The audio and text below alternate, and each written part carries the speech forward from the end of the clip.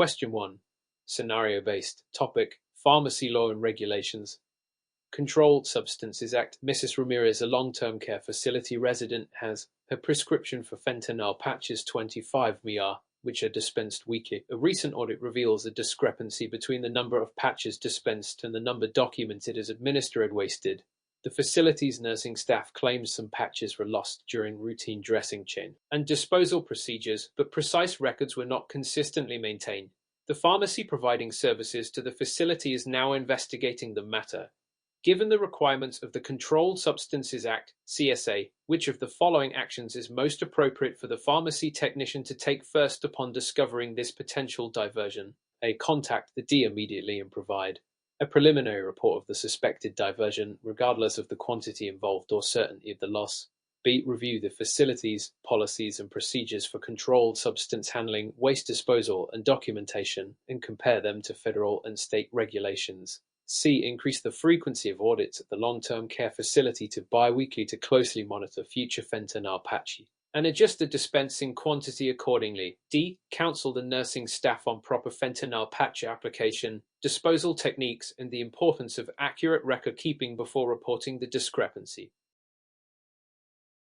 Answer. B. Review the facility's policies and procedures for controlled substance handling, waste disposal, and documentation, and compare them to federal and state regulations. Explanation. Why B is correct. Before taking any drastic measures like immediately contacting the D, a thorough investigation of the facility's existing procedures is crucial. The CSA mandates accurate record keeping for controlled substances.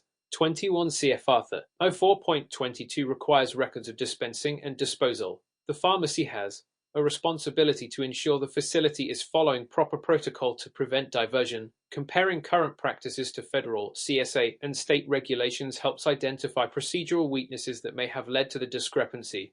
This step is essential to determine if the loss was due to procedural errors or intentional diversion. YA is incorrect. Reporting diversion is important. Immediately contacting the D without a preliminary investigation could lead to unnecessary alarm and potentially inaccurate reporting. The D expects due diligence before reporting. YC is incorrect. Increasing audit frequency might be a follow-up action, but it doesn't address the existing discrepancy or determine the root cause. Adjusting dispensing quantity without understanding the reason for the loss could exacerbate problem. YD is incorrect. Counseling the nursing staff is valuable for preventative measures, but it doesn't replace the immediate need to investigate the discrepancy and verify compliance with established procedures and legal requirements. Moreover, if actual diversion is occurring, counseling alone would not suffice and could hinder an effective investigation.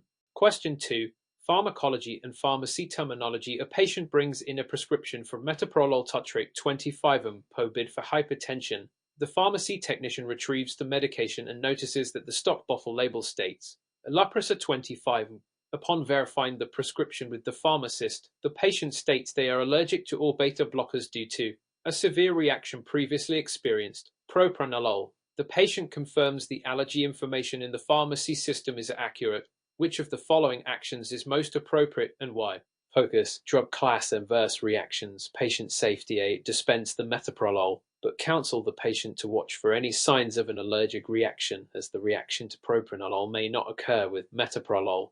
B. Contact the prescribing physician to inform them of the allergy and request an alternative medication, documenting the communication in the patient's profile. C. Refused fill the prescription due to the patient's stated explaining that metoprolol is a beta blocker and could cause a similar reaction. Direct the patient to contact their physician. D. Counsel the patient on the difference between metoprolol and propranolol, highlighting that Laprasa is a selective beta-1 blocker and the allergy may not apply. Then dispense the metoprolol. Answer. B. Contact the prescribing physician to inform them of the allergy and request an alternative medication, documenting the communication in the patient's profile. Explanation. Why B is correct. This is the safest and most responsible course of action. While metoprolol is a selective beta-1 blocker and propranolol is non-selective, cross-reactivity is possible. The technician's role is to flag potential issues. Contacting the physician allows them assess the risk, consider the severity of the previous reaction, and prescribe an alternative medication if necessary. Documenting the conversation provides A clear record of the issue and the action taken, Y, is incorrect. Dispensing the medication and telling the patient to watch for signs of an allergic reaction is negligent. The pharmacy has knowledge of a potential allergy and a responsibility to prevent harm. This option puts the patient at unnecessary risk. C is incorrect. A pharmacy technician cannot refuse to fill a prescription. The technician needs to consult with the pharmacist and together contact the doctor to provide the patient with the correct information and guidance. The technician's role is to flag potential issues. Contacting the physician allows them to assess the risk, consider the severity of the previous reaction, and prescribe an alternative medication if necessary. Documenting the conversation provides record of the issue and the action taken. Why D is incorrect. While providing information is good, counseling a patient that their allergy may not apply and then dispensing is not the correct course of action given that the medication is a beta blocker. There is a risk. The pharmacy has knowledge of a potential allergy and a responsibility to prevent harm. This option puts the patient at unnecessary risk. Question 3. Topic: Pharmacology. Drug interactions. A patient taking warfarin, Calmodin, for chronic atrial fibrillation is also prescribed trimethoprim sulfamethoxazole, Bactrim, for a urinary tract infection. Which of the following pharmacokinetic mechanisms best describes the primary interaction that increases the risk of bleeding in this patient? A. Trimethoprim sulfamethoxazole directly inhibits vitamin K epoxide reductase, mimicking the mechanism of action of warfarin. B. Trimethoprim sulfamethoxazole displaces warfarin from plasma protein binding sites, increasing the concentration of free warfarin in the blood. C. Trimethoprim sulfamethoxazole inhibits SYK, the primary enzyme responsible for the metabolism of warfarin, leading to increased warfarin concentrations. Trimethoprim sulfamethoxazole increases the absorption of warfarin from the gastrointestinal tract, leading to supratherapeutic warfarin levels. Answer: C. Trimethoprim sulfamethoxazole inhibits SYK, the primary enzyme responsible for the metabolism of warfarin, leading to increased warfarin concentrations. Explanation: why C is correct. Trimethoprim sulfamethoxazole, Bactrim, is a known SYK inhibitor. Warfarin is primarily metabolized by the SYK enzyme system in the liver. Inhibition of SYK reduces the metabolism of warfarin, leading to increased plasma concentration. Warfarin. This in turn increases the anticoagulant effect and the risk of bleeding. YA is incorrect. Warfarin inhibits vitamin K epoxide reductase, but trimethoprim sulfamethoxazole does not directly affect this enzyme. This option confuses the mechanism of action of the two drugs. B is incorrect. While displacement from protein binding can occur with some drugs, this is not the primary mechanism of interaction between warfarin. Trimethoprim sulfamethoxazole, the SYK inhibition is the more significant factor. D is incorrect. Trimethoprim sulfamethoxazole does not significantly increase the absorption of warfarin. The primary interaction is at the level of metabolism. Question 4. Topic: Pharmacy operations, the inventory management, controlled substances. The pharmacy manager discovers that a bottle of oxycodone 5 tablets is missing during a routine inventory check. After thorough investigation, the loss cannot be attributed to a dispensing error, theft by an employee, or a documented waste incident. According to federal regulations concerning controlled substance inventory discrepancies, which of the following actions should the pharmacy technician immediately take after notifying the pharmacist? A. Submit a D Form 106, report of theft or loss of controlled substances to the D, even if the exact cause of the loss is unknown, and then begin an internal investigation. B. Conduct a complete inventory of all schedule omented and controlled substances in the pharmacy to rule out a larger pattern of loss or diversion before contacting the D. C. Wait 30 days to see if the missing bottle is located during the inventory count, as minor discrepancies are common and often resolve themselves over time. D. Document the missing bottle in the pharmacy's perpetual inventory records and proceed with usual operations, as the loss of a single bottle of a schedule medication is not a significant event. Answer: B. Conduct a complete inventory of all schedule omented and controlled substances in the pharmacy to rule out a larger pattern of loss or diversion before contacting the D. Explanation: why B is correct. The immediate priority after discovering a loss and notifying the pharmacist is to determine the scope of the problem. A complete inventory of all schedule omented substances helps reveal if there is a larger issue of systemic problems with inventory control. This is a critical step to fulfilling the pharmacy's responsibility under the CSA. Only after determining the full extent of the discrepancy can an accurate D Form 106 be filed if necessary. Y is incorrect. While filing a D Form 106 is ultimately likely required, doing so immediately without assessing the scope of the problem is premature. The form requires information about the specific drug, quantity lost, and circumstances, which cannot be accurately provided until a full inventory completed. YC is incorrect. Waiting 30 days is unacceptable and a direct violation of the CSA. Discrepancies in controlled substance inventories must be promptly investigated and addressed. YD is incorrect. The loss of any controlled substance, regardless of quantity, is a significant event that requires thorough investigation and documentation. Ignoring the discrepancy would be negligent and could lead to serious legal consequences. Question 5. Topic: Pharmacology. Adverse drug reactions, special populations. An 82-year-old patient with a history of hypertension, heart failure, and chronic kidney diseases prescribed metoclopramide for diabetic gastroparesis. 2 weeks later, the patient presents to the emergency room with new-onset tremors, muscle rigidity, and slowed movement. The patient's caregiver reports no changes in other medications. Which of the adverse drug reactions is most likely causing these symptoms, and what patient population makes them more susceptible to this reaction? A. Serotonin syndrome, more common in patients taking multiple serotonergic medications. B. Tardive dyskinesia, more common in geriatric patients, especially with renal impairment. C. Neuroleptic malignant syndrome, more common in patients with pre-existing psychotic disorders. D. Parkinsonism, more common in younger patients with a genetic predisposition to Parkinson's disease. Answer: B. Tardive dyskinesia, more common in geriatric patients, especially with renal impairment. Explanation: why B is correct. Metoclopramide is a dopamine antagonist. It can cause extrapyramidal symptoms, EPS, like tardive dyskinesia, Parkinsonism, and acute dystonic reactions. Geriatric patients are more susceptible due to age-related decline in dopamine neurons and increased sensitivity to dopamine-blocking agents. The presence of renal impairment further exacerbates the risk, as metoclopramide is primarily renally excreted, and impaired kidney function can lead to increased drug levels. YA is incorrect. Serotonin syndrome is typically associated with medications that increase serotonin levels, e.g. Asterismal, not dopamine antagonists. YC is incorrect. Neuroleptic malignant syndrome is a rare but life-threatening reaction to antipsychotic drugs, neuroleptics, which are typically dopamine antagonists, but is less commonly associated with metoclopramide compared to the other EPs. Also, the vignette doesn't provide information that indicate the patient has been prescribed new neuroleptic drugs. YD is incorrect.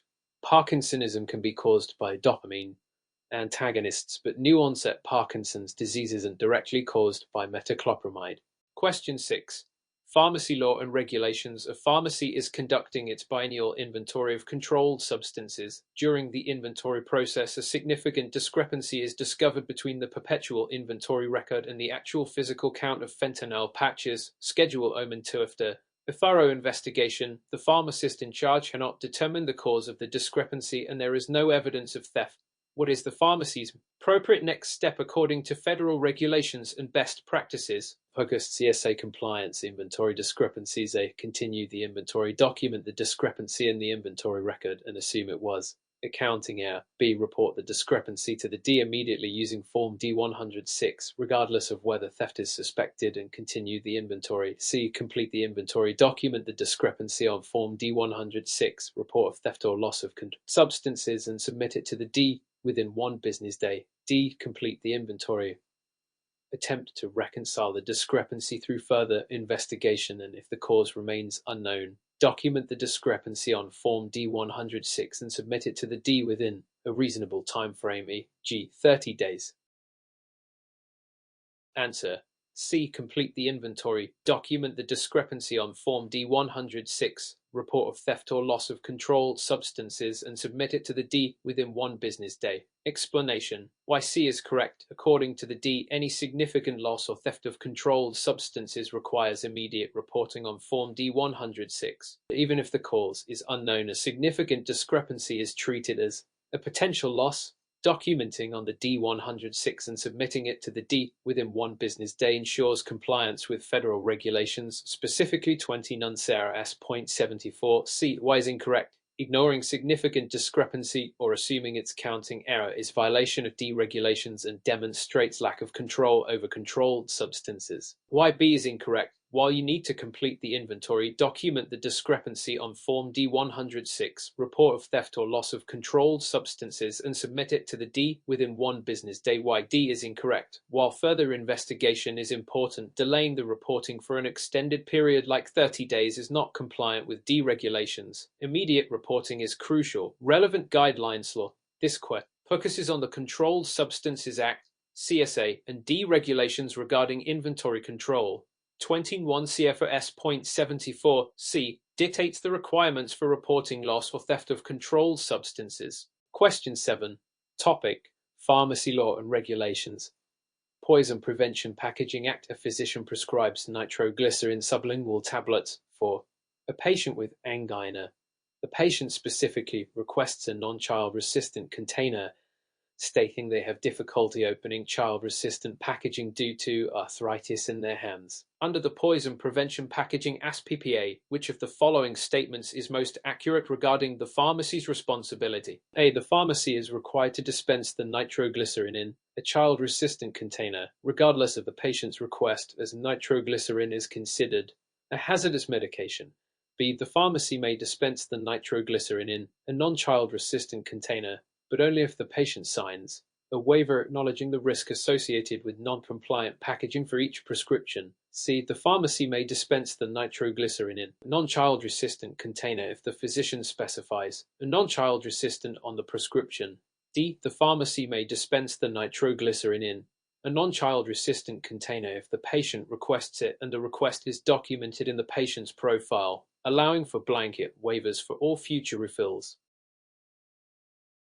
Answer: D. The pharmacy may dispense the nitroglycerin in a non-child-resistant container if the patient requests it and the request is documented in the patient's profile, allowing for blanket waivers for all future refills. Explanation: why D is correct. PPA allows a patient to make a blanket request for non-child-resistant packaging for their prescriptions. While child-resistant packaging is the default, the patient's choice is parrot, especially when accessibility issues exist. Documenting the request is essential for legal compliance. YA is incorrect. While nitroglycerin is an important medication, it's not specifically excluded from the patient waiver provision of the PPA.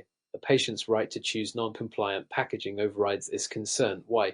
B is incorrect. While some facilities may require it, the PPA doesn't mandate that. A patient signs a waiver at the time a blanket waiver is acceptable. YC is incorrect. The PPA puts the onus on the patient to request non-child-resistant packaging, not the physician, although the physician can certainly suggest it. Question 8. Topic: Pharmacology. Drug interactions. A patient taking clopidogrel Plavix to prevent blood clots following a stroke begins taking omeprazole Prilosec for frequent heartburn. Which of the following statements best describes the pharmacodynamic consequence of this drug interaction and the mechanism by which it occurs? A. Increased risk of bleeding due to omeprazole potentiating the antiplatelet effects of clopidogrel by inhibiting platelet aggregation. B. Decreased antiplatelet effect of clopidogrel due to omeprazole reducing the formation of the active metabolite of clopidogrel by inhibiting SYK. C. Increased risk of stroke due to omeprazole increasing the absorption of dietary vitamin K, reversing the anticoagulant effects of clopidogrel. Decreased gastric irritation due to omeprazole enhancing the protective effects of clopidogrel on the stomach lining. Answer: B. Decreased antiplatelet effect of clopidogrel due to omeprazole reducing the formation of the active metabolite of clopidogrel by inhibiting SYK. Explanation: why B is correct. Clopidogrel is a prodrug that needs to be converted to its active metabolite by SYK. Omeprazole is a SYK inhibitor. By inhibiting SYK, omeprazole reduces the formation of the active form of clopidogrel, decreasing its antiplatelet effect and increasing the risk of blood clots. This is a pharmacodynamic consequence because it affects how the drug works at its target site, platelets. Why it is incorrect. Omeprazole does not directly potentiate the antiplatelet effects of clopidogrel. It has the opposite effect. Why C is incorrect. Clopidogrel is an antiplatelet agent, not an anticoagulant. Also, omeprazole does not increase vitamin K absorption. Why D is incorrect. While omeprazole reduces gastric irritation, it does not enhance any protective effects of clopidogrel. Question 9. Topic: pharmacy operations, sterile compounding, USB during routine certification of the laminar airflow workbench, LAFWIN, a pharmacy compounding sterile preparations, CCPS. It is discovered that the HEPA filter has a small visible tear. According to USB guidelines, what action is most appropriate for the pharmacy to take? A. Continue using the LAFWA for low-risk compounding only as the tear is small and unlikely to significantly compromise air quality. B. Immediately cease all sterile compounding activities in the LAFWA and quarantine the unit until the HEPA filter is repaired or replaced by a certified technician. C. Apply a small amount of sterile sealant to the tear in the HEPA filter and resume sterile compounding activities after 24 hours for disinfection procedures. D. Increase the frequency of surface cleaning and air quality monitoring in the compounding area to compensate for the compromised HEPA filter. Answer B. Immediately cease all sterile compounding activities in the LAFWA and quarantine the unit until the HEPA filter is repaired or replaced by a certified technician. Explanation why B is correct. USB requires a properly functioning HEPA filter for sterile compounding. Any damage, such as the tear, compromises the filter's ability to remove particles and maintain a sterile environment. All compounding activities must cease until the filter is repaired or replaced by a qualified technician and the LAFWA is recertified. This is the critical patient safety measure. YA is incorrect. Using a compromised LAFWA even for low-risk compounding is a violation of USP and puts patients at risk of receiving contamination. CCPS. YC is incorrect. Attempting to repair a HEPA filter, its sealant is not an acceptable practice. It must be properly replaced and the unit recertified to ensure proper function. YD is incorrect. Increasing cleaning and monitoring can help, but it does not compensate for a non-functional HEPA filter. A properly functioning filter is the primary barrier to contamination. Question 10. Topic: Patient safety and quality assurance. Medication error prevention. A pharmacy receives a prescription for metformin 500 mg POBID.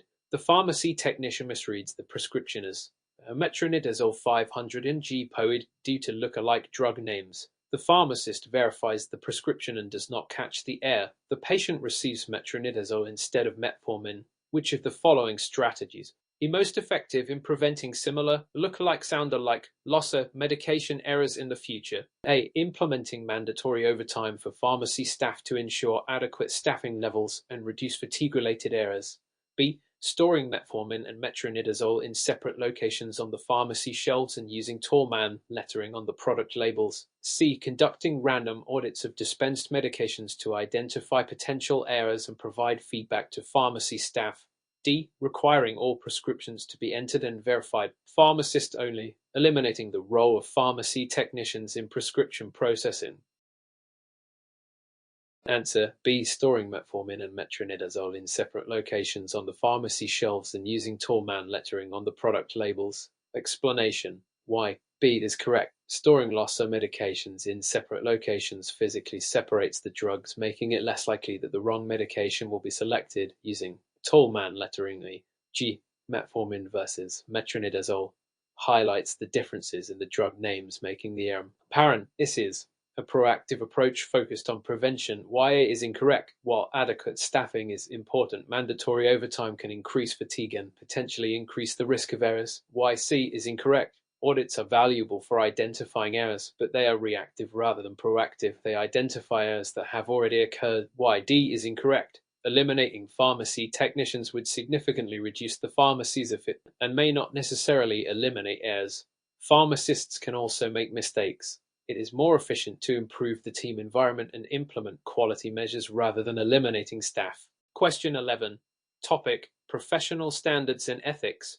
Scope of practice. A patient brings in a prescription for a compounded cream and asks the pharmacy technician if the ingredients in the cream can interact with their other medications. The technician has access to the patient's profile and sees a list of their current medications. According to professional standards and ethical guidelines for pharmacy technicians, what is the most appropriate course of action for technician to take? A. Review the patient's medication profile and use an online drug interaction checker to identify potential interactions, then inform the patient of any concerns.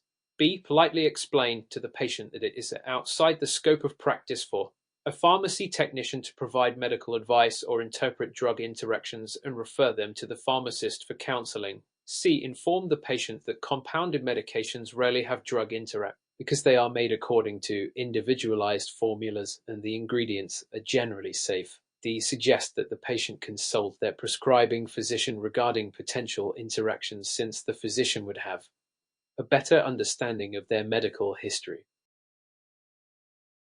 Answer: B. Politely explain to the patient that it is outside the scope of practice for a pharmacy technician to provide medical advice or interpret drug interactions and refer them to the pharmacist for counseling. Explanation: why B is correct. It is essential to recognize and respect the boundaries of the pharmacy technician's scope of practice. Providing medical advice, interpreting drug interactions, or making clinical judgments falls outside technician's authorized role. Referring the patient to the pharmacist ensures they receive accurate and comprehensive information from a qualified healthcare professional. YA is incorrect. Even if the technician has access to drug interaction tools, interpreting the results and providing advice is beyond their scope of practice. Doing so could be considered practicing pharmacy without a license. YC is incorrect. This statement is inaccurate. Medications can have drug interactions and their safety depends on the ingredients and formulation. YD is incorrect. While consulting the physician is a good idea, the pharmacist is the most readily available and qualified healthcare professional in the pharmacy to address drug interaction concerns related to a dispensed medication. The patient should be advised to speak with the pharmacist first. Question 12. Topic: Federal Pharmacy Law. Drug Supply Chain Security Act. ESS. A pharmacy receives a shipment of prescription medications from a new wholesaler. According to the Drug Supply Chain Security Act (ESSA), which of the following is the minimum information the pharmacy must receive from the wholesaler prior to accepting the shipment? A. Transaction information, transaction history (TH) and transaction statement (TS) for each product in the shipment. B. A copy of the wholesaler's state-issued pharmacy license and a list of all medications currently in the pharmacy's inventory. C. The wholesaler's deregistration certificate and a signed affidavit attesting that all medications in the shipment are authentic. D. A detailed invoice listing the name, strength, and quantity of each product, along with the manufacturer's lot number and expiration date. Answer: A. Transaction information, transaction history (TH) and transaction statement (TS) for each product in the shipment. Explanation: YA is correct. DSSA mandates that pharmacies receive transaction information, transaction history (TH) and a transaction statement (TS) for each product in a shipment to ensure product traceability and authenticity. These documents provide a record of the drug's chain of custody. B is incorrect. While verifying the wholesaler's license is important, the DSA primarily focuses on tracking and tracing individual drug products through the supply chain, not just the wholesaler's credentials. YC is incorrect. The deregistration is relevant for controlled substances, but the DSA applies to all prescription drugs. YD is incorrect. While an invoice is important for billing, it does not contain all information required by the DSSA to verify the legitimacy of the medication. Question 13. Topic: Pharmacy calculations. Days supply. A patient is prescribed latanoprost ophthalmic solution 0.5%. 2.5 ml bottle with instructions to instill 1 drop in each eye once daily. Assuming that 20 drops are equivalent to 1 ml, what is the appropriate day supply to dispense for this prescription? A. 25 days. B. 50 days. C. 75 days. D. 100 days. Answer: A. Explanation. Step 1. Calculate the total number of drops in the bottle. 5 ml 20 droll equals 50 drops. Step 2. Calculate the number of drops used per day. 1 drop per 2 equals to drops day. Step 3. Calculate the day's supply.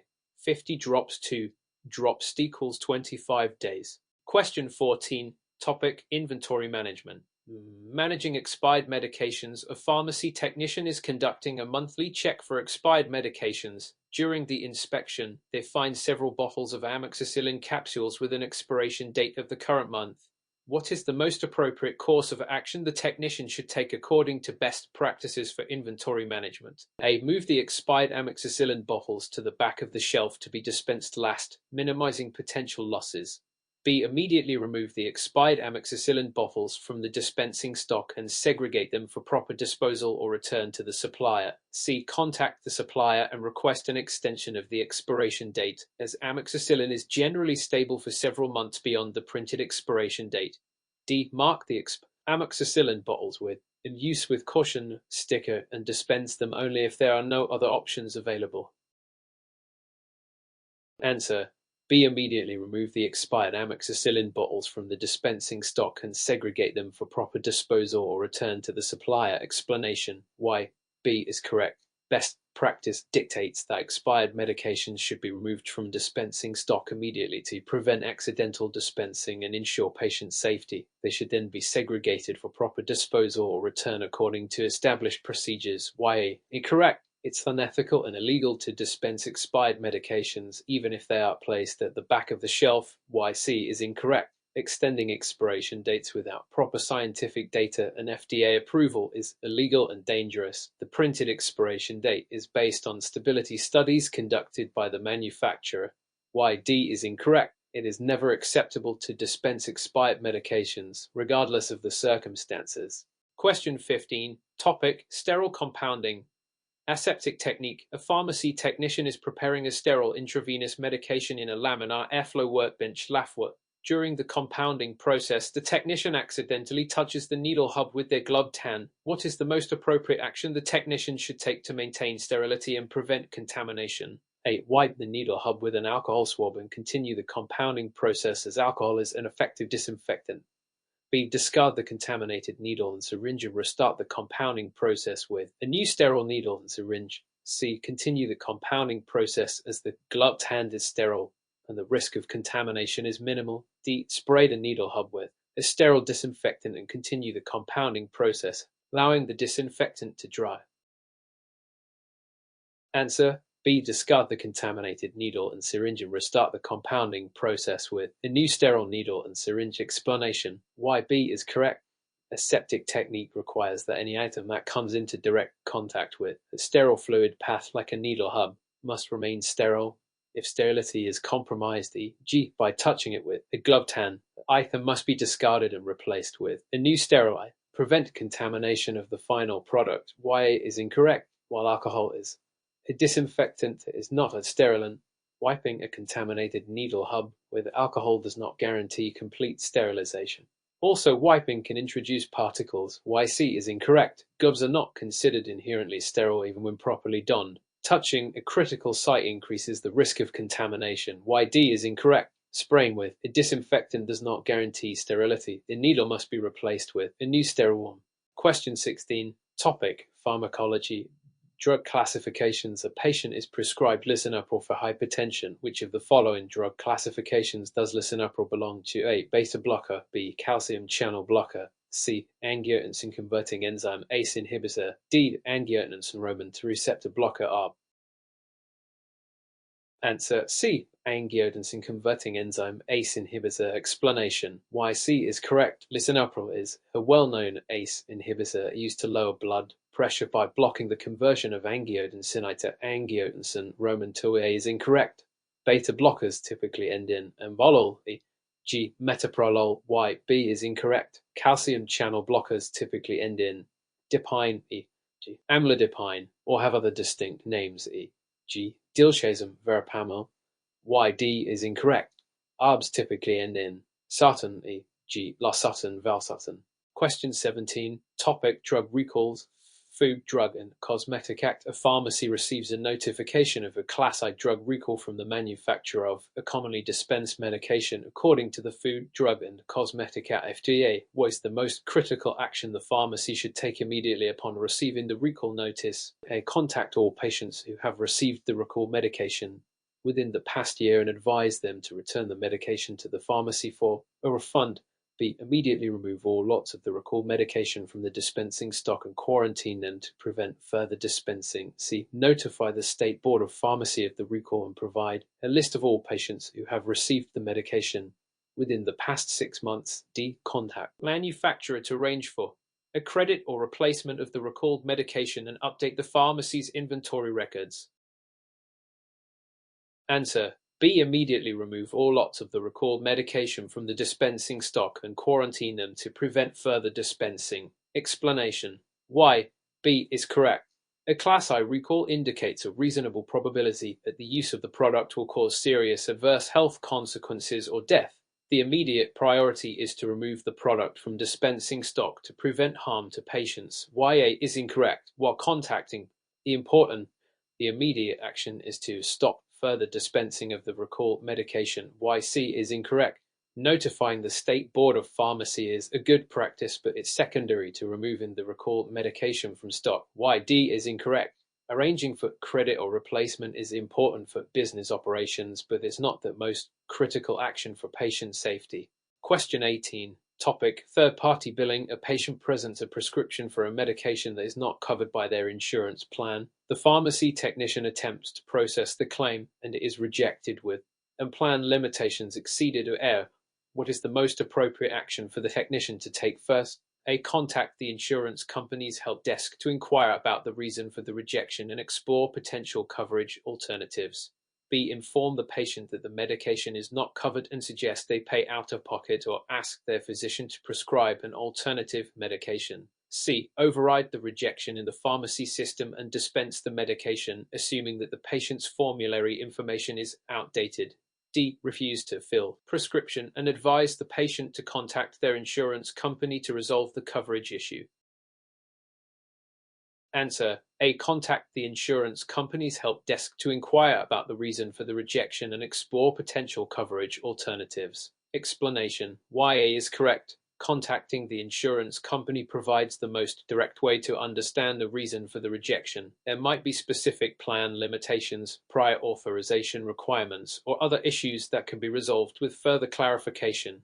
It shows that the pharmacy is trying to resolve the issue with the patient in mind. Why B is incorrect. While this is a possible outcome, it shouldn't be the first action. Exploring coverage options is the more patient-centric approach. Why C is incorrect. Overriding a rejection without understanding the reason is risky and could result in the pharmacy being penalized. Why D is incorrect. Refusing to fill the prescription without attempting to resolve the issue is poor customer service. Question 19. Topic: vaccinations. A patient is about to receive a dose of influenza vaccine.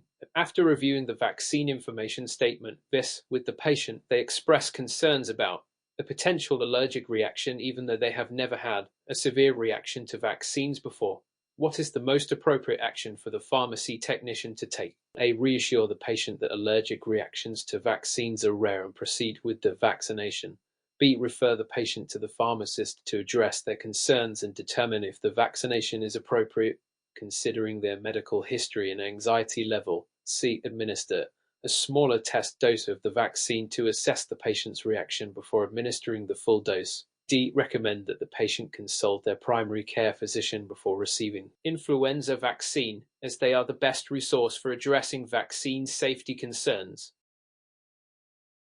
Answer. B. Refer the patient to the pharmacist to address their concerns and determine if the vaccination is appropriate, considering their medical history and anxiety level. Explanation. Why B is correct. Patient concerns about vaccine safety should be taken seriously. It is within the pharmacist's scope to assess the patient's medical history, address their anxieties, and determine if the vaccination is appropriate based on the specific vaccine and the individual circumstances. YA is incorrect. Dismissing the patient's concerns is not appropriate. Patient autonomy and informed consent are paramount. YC is incorrect. Administering a test dose is not a standard practice and may not accurately predict a severe allergic reaction. YD is incorrect. While consulting their physician is an option, the pharmacist is a readily available healthcare professional in the pharmacy to address vaccine concerns. They can determine if a physician consultation is necessary.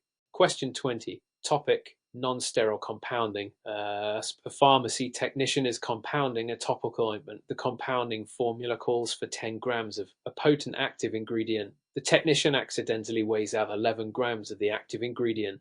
According to SB guidelines, what is the most appropriate course of action to take? A. Continue with the compounding process, as a 10% variation in the amount of active ingredient is within the acceptable range for non-sterile compounding. B. Discard the inaccurately weighed active ingredient and start the weighing process again to ensure the proper amount is used. C. Adjust the quantities of the other ingredients in the formula proportionally to compensate for the excess active ingredient. D. Consult with the pharmacist to determine if excess amount of active ingredient is clinically significant and whether to proceed with compounding.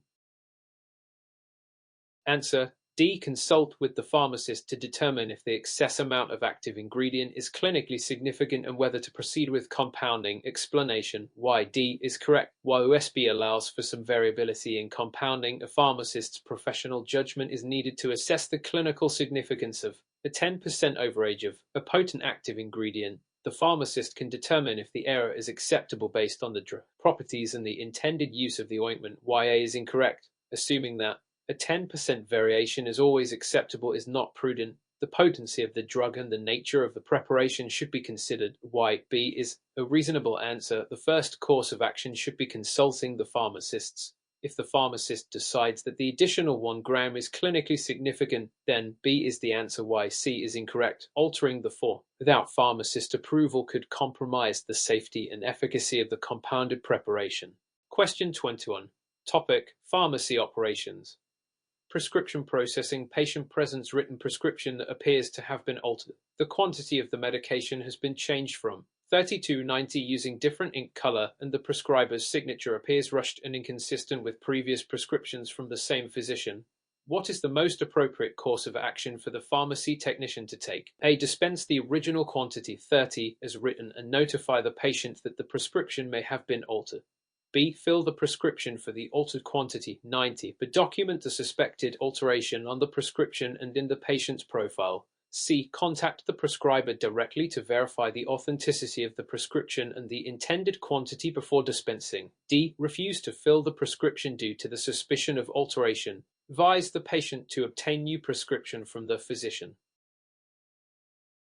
Answer: C. Contact the prescriber directly to verify the authenticity of the prescription and the intended quantity before dispensing. Explanation: why C is correct. When there is a clear suspicion of prescription alteration, the pharmacy has a responsibility to verify the prescription's authenticity with the prescriber. Contacting the prescriber directly confirms the intended quantity and ensures patient safety. This is the most cautious and legally approach. YA is incorrect. Dispensing any quantity without verifying the prescription's authenticity is risky, especially with suspected alterations. YB is incorrect. Filling an altered prescription, even with documentation, is not appropriate. The authenticity of the prescription needs to be confirmed first. YD is incorrect. While refusing to fill is an option, attempting to verify with the prescriber first is a more customer-friendly approach. Question 22. Topic: Pharmacy law and regulations. HIPAA, a pharmacy technician, is working at the drop-off window and recognizes a celebrity patient who is known to have a private medical condition. Another pharmacy staff member who is not directly involved in filling the prescription asks the technician about the celebrity's medication. According to HIPAA regulations, what is the most appropriate response from the pharmacy technician? A. Politely decline to provide any information about the celebrity patient, stating that patient information is confidential and protected by HIPAA. B. Provide general information about the celebrity patient's prescription. G. The drug class, but avoid disclosing the specific medication name or medical condition. C. Share the information with the staff member, assuming that they are part of the pharmacy team and have a legitimate need to know. Inform the celebrity patient that their information was requested by another staff member and ask for their permission to share it. Answer: A. Politely decline to provide any information about the celebrity patient, stating that patient information is confidential and protected by HIPAA. Explanation: YA is correct. HIPAA mandates strict confidentiality of patient-protected health information (FI), unless there's a legitimate need to know for treatment, payment, or healthcare operations. Disclosing FI is a violation of HIPAA. Recognizing the celebrity patient's condition constitutes FI, and disclosing it to someone without a direct role in the patient's care is prohibited. Y. B is incorrect. Even general information can violate HIPAA if it reveals the patient's medical condition. YC is incorrect. A need to know must be directly related to patient care, payment, or healthcare operations. Curiosity or staff interest does not justify disclosing FI. Why D is incorrect. While seeking patient's permission would be ideal, the best practice is to avoid disclosing the information in the first place. Question 23. Topic: Basic math skills. Ratios and proportions. A prescription requires a pharmacist to compound a cream containing betamethasone valerate 0.12% in a total quantity of 45 grams. The pharmacy only has betamethasone valerate ointment at a concentration of 0.1%. How many grams of the betamethasone valerate 0.1% ointment is needed to create 45 grams of 0.12% cream? A. 54 grams. B. 37.5 grams. C. 40 grams. D. 45 grams. Answer: A. 54 grams. Explanation: let X be the quantity we need for the betamethasone valerate 0.1%, x.1, 45 0.12, x 0.12 or 45, 0.1, x 54 grams. Question 24. Topic: Pharmacology. Adverse drug reactions. A patient taking enalapril for hypertension develops a persistent dry cough. Which of the following mechanisms is the most likely cause of this adverse drug reaction? A. Bronchoconstriction due to beta-adrenergic blockade. B. Accumulation of bradykinin due to inhibition of angiotensin-converting enzyme ACE. C. Stimulation of the cough reflex due to increased levels of angiotensin Roman II. Allergic reaction to the excipients in the enalapril tablet. Answer: B. Accumulation of bradykinin due to inhibition of angiotensin-converting enzyme ACE. Explanation: why B is correct. Enalapril is an ACE inhibitor. ACE also breaks down bradykinin, a substance that can cause vasodilation and inflammation. By inhibiting ACE, enalapril leads to an accumulation of bradykinin, which can irritate the airways and cause a dry cough. YA is incorrect. Enalapril is not a beta blocker, so it does not cause bronchoconstriction through beta-adrenergic blockade. YC is incorrect. Enalapril inhibits the formation of angiotensin Roman II or increased level. Angiotensin Roman II, not the cause of the cough. YD is incorrect. While allergic reactions are possible, the persistent dry cough associated with ACE inhibitors is typically attributed to bradykinin accumulation. Question 25. Topic: Medication safety. High alert medications. Which of the following medications is considered high alert medication by the Institute for Safe Medication Practices is due to its increased risk of causing significant patient harm when used in A. Levothyroxine. B. Metformin. C. Warfarin. D. Amoxicillin. Answer: C. Warfarin. Explanation: why C is correct. Warfarin is a high alert medication due to the risk of serious bleeding complications if the dosage is incorrect or if it interacts with other medications or foods. ISM specifically identifies anticoagulants as high alert medications. YA is incorrect. Levothyroxine is an important medication, but errors in dosage are less likely to cause immediate life-threatening harm compared to warfarin. YB is incorrect. Metformin is a commonly used medication, but errors are less likely to result in severe harm. YD is incorrect. Amoxicillin is an antibiotic, and while allergic reactions are it is not considered a high alert medication in the same category as warfarin. Question 26. Topic: Drug Supply Chain Security. SDSA. According to the Drug Supply Chain Security SDSA, what is the primary purpose of the track and trace requirements for prescription drugs? A. To ensure that pharmacies are adhering to proper storage and handling procedures for all medications. B. To prevent counterfeit drugs from entering the U.S. drug supply and to facilitate the identification and removal of illegitimate products. C. To monitor the prescribing patterns of physicians and identify potential cases of opioid abuse and diversion. D. To reduce the cost of prescription drugs by increasing competition among manufacturers and wholesalers. Answer: B. To prevent counterfeit drugs from entering the U.S. drug supply and to facilitate the identification and removal of illegitimate products. Explanation: why B is correct. The core purpose of the DSCSA's track and trace requirements is to protect patients from counterfeit, stolen, or contaminated drugs by providing a system to track the movement of drugs through the supply chain. This helps identify and remove illegitimate products. YA is incorrect, while proper storage is essential. Not the primary focus of the DSA. YC is incorrect. Monitoring prescribing patterns is related to opioid stewardship but not directly addressed by the DSA. YD is incorrect. While drug costs are a concern, the DSSA primarily addresses drug safety and security. Question 27. Topic: Patient counseling. A patient is picking up a prescription for a new inhaler, albuterol, and asks the pharmacy technician how to use it. What should the technician do? A. Explain how to use the inhaler to the patient, making sure to cover all the steps properly. B. Give the patient the manufacturer's leaflet that is included with the medicine and tell them that they should read it. C. Let the patient know that they should consult a doctor for any advice related to the medication. D. Direct the patient to the pharmacist who is better suited to explain the process. Answer: D. Direct the patient to the pharmacist who is better suited to explain the process. Explanation: why D is correct. As a pharmacy technician, it is outside of your scope of practice to provide patients with counseling regarding their medication. You should leave this to the pharmacist. Question 20. Topic: Pharmacy operations. Automated dispensing systems. Adds a pharmacy uses an automated dispensing system adds to manage its inventory and dispense medications. After loading a batch of medications into the ads, the system generates an error indicating a discrepancy in the quantity of a particular medication.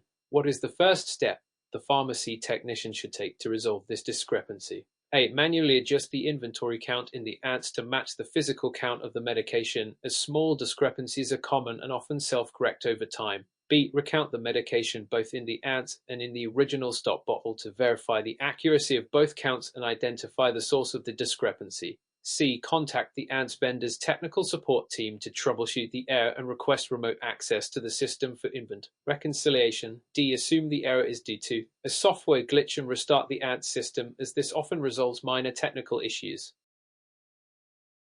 Answer: B. Recount the medication both in the ads and in the original stock bottle to verify the accuracy of both counts and identify the source of the discrepancy. Explanation: why B is correct. The most logical first step is to verify the accuracy of the counts. Recounting the medication both in the ads and the original stock allows the technician to pinpoint whether the error occurred during loading or if there's an issue with the ads' internal count. Why incorrect. Manually adjusting the inventory without verifying the counts could mask a real problem and lead to further discrepancies or medication errors. Why C is incorrect. Contacting technical support may be necessary later, but verifying the physical counts is the first step. Why D is incorrect. Restarting the system without investigating the discrepancy is not a reliable solution and could hide a more serious problem.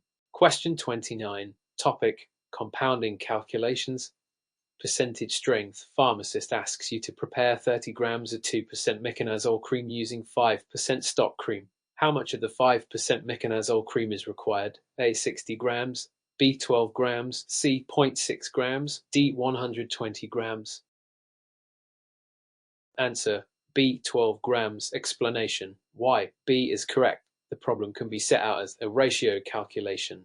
30 equals a percent 5% equals 2% 35 equals 12 grams. Question 30. Topic: Professional standards and ethics.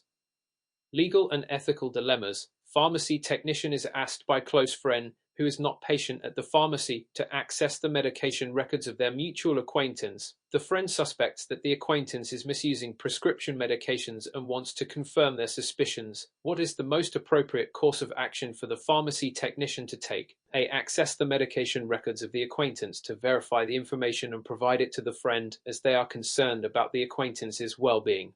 B. Explain to the friend that accessing patient medication records without legitimate need is violation of privacy and is against the law and pharmacy policy, and refuse to access the information. C. Inform the pharmacist about the friend's request and follow the pharmacist's instructions on proceed. D. Suggests that the friend contact law enforcement if they have credible evidence of drug misuse, as they are the appropriate authorities to investigate such matters.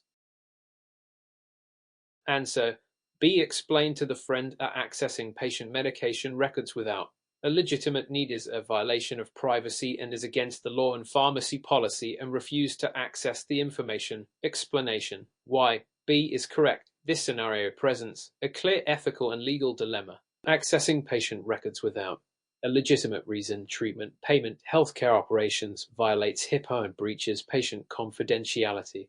The technician has a professional responsibility to uphold patient privacy even when pressured by a friend. YA is incorrect. Accessing and sharing the information would be a serious breach of privacy and a violation of HIPAA. YC is a reasonable answer. Following the pharmacist's advice is good. B is aligned with what the pharmacist would say. Y. D is a helpful answer for the friend. The pharmacy first goal is to protect patient safety, which makes B the most viable answer.